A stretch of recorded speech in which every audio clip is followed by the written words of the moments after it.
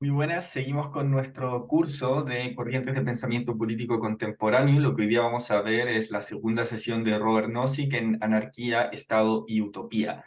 Hasta ahora lo que hemos visto de Nozick es la derivación del estado mínimo a partir de una situación de estado de naturaleza en la cual Nozick, mediante la explicación potencial pura, quiere demostrar que un estado mínimo podría surgir sin violar los derechos de nadie. Recordemos que la premisa de Nozick es que los individuos tienen derechos y que hay cosas que nadie puede hacerles sin violar esos derechos. Quiere rebatir el punto de vista anarquista de que cualquier Estado violaría derechos y para eso demuestra que el Estado mínimo puede surgir de los intercambios y decisiones libres de individuos que consienten de tal manera que no se violen los derechos de nadie. Así llega a esta segunda parte del libro, que es la discusión sobre el Estado más que mínimo. Particularmente no se quiere demostrar que cualquier Estado más extenso que el mínimo que él propone es ilegítimo. No se puede usar la coacción del Estado para imponerle a las personas que actúen de cierta manera, ni para usar sus recursos para distribuirlos a otra población, ni para obligarlos a actuar en beneficio de los demás. Ese es el punto de vista que Nozick va a defender.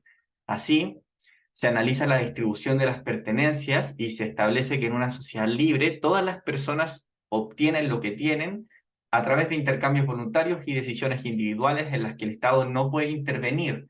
Además, Nozick va a discutir qué principios de justicia hacen que la adquisición y la transferencia de las pertenencias sea legítima. Pero la teoría que él propone no es una teoría de justicia distributiva. Nozick tiene un problema con el término distribución porque cree que no es neutral. Supone que hay algún principio o criterio que tenga que usarse para distribuir cosas y que algunos usos del término no implican una distribución previa apropiada según el criterio y que hay que corregir por ende. Por eso hay que entrar a redistribuir. Nozick habla de las pertenencias de las personas, no supone que hay algún criterio de distribución previa a la cual la pertenencia de las cosas de hecho deba adecuarse, sino las decisiones que los individuos toman. Así, el principio de justicia de las pertenencias de Nozick va a ser la propuesta que él hace contra otras de justicia distributiva que requieren un estado más extenso. La justicia de las pertenencias de Nozick, o teoría retributiva, como les vamos a decir a partir de ahora, consiste en tres temas principales. Nozick tiene claro que él no va a desarrollar por completo esta teoría, pero le basta con esquematizarla. Él reconoce también que su propuesta es esquemática, quizás en demasía, y él cree que si lo que propone aquí es correcto, entonces debería bastar para tener alguna noción de lo que la justicia exige en contraste con las teorías de, por ejemplo, Rawls. Nozick también va a operar en el marco de la teoría ideal para proponer su teoría retributiva de justicia, es decir, él supone que si el mundo fuera completamente justo, Nozick sabe que no es completamente justo, pero si fuera completamente justo, las siguientes definiciones inductivas cubrirían exhaustivamente la materia de justicia sobre pertenencias. Los tres principios de justicia de Nozick vendrían a ser: el primero, que una persona que adquiere una pertenencia de conformidad con el principio de justicia en la adquisición tiene derecho a esa pertenencia.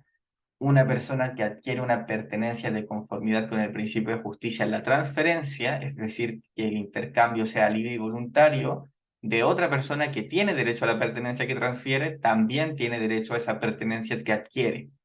Lo tercero, nadie tiene derecho a una pertenencia excepto por aplicaciones repetidas de uno y 2. El principio completo de justicia distributiva diría simplemente que una distribución es justa si cada uno tiene derecho a las pertenencias que posee según la distribución. Así, una distribución es justa si surge de otra distribución justa o si surge a través de medios legítimos. Cualquier cosa que surge de una situación justa, para Nozick, si sigue pasos justos, también tiene que ser justa. Lo que tenemos aquí entonces son dos principios de justicia relacionados con la pertenencia: el principio de la adquisición y el principio de la transferencia, que van a regir los intercambios voluntarios de las partes. Pero hay un tercer principio de justicia que Nozick aún no ha mencionado, que tiene que ver con la retribución. Nozick sabe que el mundo no es perfectamente justo, así que tiene que agregar algún principio que compense las injusticias del pasado. Este es el principio de retribución.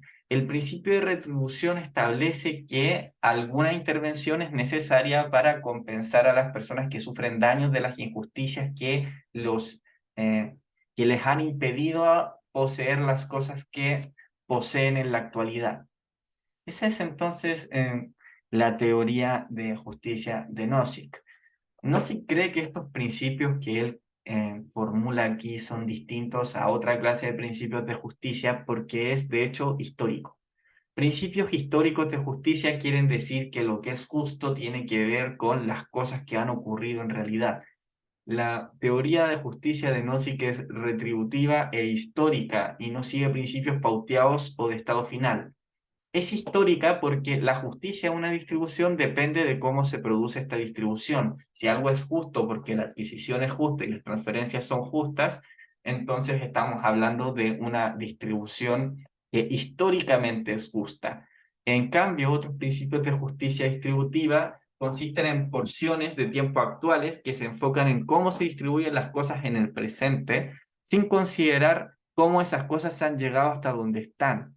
Operan en base a matrices, filas y columnas con información actual de una distribución y con un criterio independiente que fija reglas sobre cómo distribuirla para cumplir una pauta. Por eso es un principio de estado final. El problema de Nozick con las teorías de este tipo es que no consideran ni las circunstancias ni las acciones pasadas de las personas, ni cómo éstas pueden producir derechos diferentes o mecanismos diferentes sobre las cosas. También asume que las cosas tienen, en términos de Nozick, caídas desde el cielo, que caen como maná del cielo, que no se vinculan a una historia del portador, de quien las posee. Y eso es, en su punto de vista, incorrecto. Nozick cree que casi todos los principios que surgen de las teorías de justicia distributiva igualitarias, como las de Rawls, como las de Dworkin, etcétera, son principios de justicia pauteados, ¿ya? No son históricos. Eh, Nozick critica tales teorías porque separan la producción y la distribución de bienes como dos cuestiones independientes. En contraste, la teoría retributiva que él propone sí argumenta que las pertenencias están vinculadas de forma indisoluble a las personas que tienen derecho a ellas. Además, hay otro tema que es más sustantivo en Nozick, y él argumenta que cualquier teoría que base sus principios de justicia en una pauta, cualquier teoría de justicia pauteada o de estado final, termina por un involucramiento en la vida de las personas excesivo que interfiere en sus decisiones y así viola sus derechos. Para ejemplificar esto, Nozick va a tomar el célebre ejemplo de Will Chamberlain. Nozick nos pide imaginar una distribución justa acorde a cualquier principio de justicia que a nosotros nos guste. Si nosotros imaginamos un mundo ideal donde hay una distribución de los recursos y los bienes que nos parezca justa, por ejemplo, una igualdad total, eh, Nozick nos pide que pongamos un nombre a esa situación y él la va a llamar distribución 1. Ahora, en ese mundo justo, según nuestros propios criterios, Nozick nos pide que imaginemos a Will Chamberlain, un basquetbolista muy famoso en los tiempos que escribe Nozick este libro, que es del año 74. Bueno, Chamberlain firma un contrato con un equipo de básquetbol con la cláusula de que por cada entrada él reciba 25 centavos extra en una caja que es solo para él. De este modo, cuando al final de la temporada, cuando se pagan todos los sueldos totales del año, Chamberlain va a tener algún dinero que es mucho mayor al resto del equipo y que es de hecho mucho mayor al resto de las personas que están en esa sociedad. Chamberlain gana más dinero que cualquier otro jugador y esto plantea la pregunta de si esa diferencia es justa o no, si esta distribución de dos a la que hemos llegado, donde Chamberlain tiene una ventaja, un mayor producto que los demás, es una distribución justa. Nozick argumenta que debido a que todas las personas tenían derecho a sus posesiones en la primera distribución y que decidieron legítimamente, sin coacción de nadie y por su propia voluntad, dar ese dinero a Chamberlain para verlo jugar, nadie tiene derecho a quejarse por motivos de justicia. Todos recibieron su porción legítima en la distribución de uno, de acuerdo al principio de justicia que nosotros hemos fijado, y decidieron qué hacer con ella de forma libre. Si quisiera evitarse el origen de la desigualdad en este caso, habría que intervenir en la decisión de las personas de depositar su dinero a Chamberlain, ya sea no prohibiendo ese término del contrato, ya sea quitándole a Chamberlain parte de lo que él ganó, o ya sea quitándole a las personas la posibilidad de depositarle. De esta manera, Nozick cree que en todos los casos, para conservar nuestro principio distributivo favorito de la distribución de uno, habría que prohibir que las personas hicieran con sus recursos lo que quisieran, e intervenir la distribución de dos para volver a la distribución de uno. Y esto se extiende no solo a Will Chamberlain, sino a toda la sociedad. Y de esta manera, Nozick cree que una sociedad que se rige por principios de justicia pauteados termina involucrándose en las decisiones que los adultos toman en su vida y viola derechos al hacer esto. ¿Por qué? Porque las personas tienen derecho a hacer lo que quieran con sus recursos. Si el Estado interfiere, quiere decir que no reconoce ese derecho de las personas. Además, lo que Nozick dice es que esto limita la libertad individual. Cuestiona que las teorías usuales de justicia distribuida están orientadas hacia receptores de bienes y no hacia donadores y transmisores, que en este caso son impedidos de hacer con ese dinero lo que quieren hacer. Nozick va a argumentar que los principios pauteados de justicia distributiva necesitan estas actividades redistributivas, y es inevitable. Cualquier pauta requiere intervención constante del Estado para mantenerse, y lo que puede ser percibido como una clase de trabajo forzado, porque se sustrae trabajo que las personas hacen para conservar esta pauta. Es decir, se deja que otros se apropien de lo que uno mismo ha ganado. Aquí puede surgir la pregunta, dado que no se tiene principios de justicia que dependen de la adquisición legítima de una cosa, sobre qué fundamenta la propiedad, sobre qué se funda la propiedad, cuándo yo puedo decir que tengo derecho legítimo a poseer una cosa. Ahora, Nozick va a retomar la tradición de Locke, como ya hizo antes cuando habló del estado de naturaleza, y va a entender la propiedad de forma tripartita. La persona es dueña de sí misma, es dueña de su libertad y es dueña de sus bienes. Como la persona es dueña de sí misma, posee su trabajo. Es dueña de su trabajo, es dueña de lo que puede hacer con él. Pero hay un tema importante aquí porque para algunos teóricos alguien se apropia de una cosa al mezclar su trabajo con ello. No se cree que esto es inexacto y pone el ejemplo de si yo hago jugo de tomate y vierto este jugo de tomate en el mar. He mezclado mi trabajo, he mezclado una cosa que es mía con el mar, pero yo no tengo derecho a reclamar el mar como parte de mi propiedad y nadie me va a dar reconocimiento a ese reclamo, por mucho que yo haya mezclado mi trabajo con el mar. La razón entonces de esto es que la propiedad tiene que fundamentarse en algo más que la mera mezcla de trabajo. Alguien podría decir que apropiamos algo no solamente cuando trabajamos en él, sino cuando al trabajar mejoramos la cosa. Somos dueños del valor que hemos creado con nuestras propias manos. Ahora bien, una vez que eso se ha fijado, uno puede decir que es dueño de una cosa en tanto la ha mejorado, pero hay que considerar en qué medida la apropiación empeora la situación de otros al efectuarse. Nozick va a aceptar la estipulación de Locke. Esta estipulación nos afirma que es legítimo apropiarse de algo siempre y cuando se deje suficiente y tan bueno para los demás, pero esto abre la puerta a muchas preguntas. Por ejemplo, si yo trabajo una fuente de agua en el desierto y es la única fuente de agua que hay, o ni siquiera eso, supongamos que yo encuentro una fuente de agua en un desierto, pero hay más fuentes de agua alrededor. Tenemos una colección, muchos oasis juntos en una proximidad geográfica que permite que una persona pueda cobrar por el acceso al oasis y los precios se reduzcan en una competencia con los demás propietarios. ¿Ya? No se cree que en determinadas situaciones van a surgir dificultades. Si yo me apropio de el agua de un oasis, no habiendo escasez de oasis, no habiendo escasez de agua en esta zona geográfica, entonces cumplo con la estipulación de Locke en el sentido de que dejo suficiente y tan bueno para los demás. El tema es que si hipotéticamente todas las demás fuentes de agua de ese desierto se secasen y yo fuera el único que tiene acceso al agua y que tiene propiedad de ese manantial, yo ya no puedo disponer de él tal cualquiera.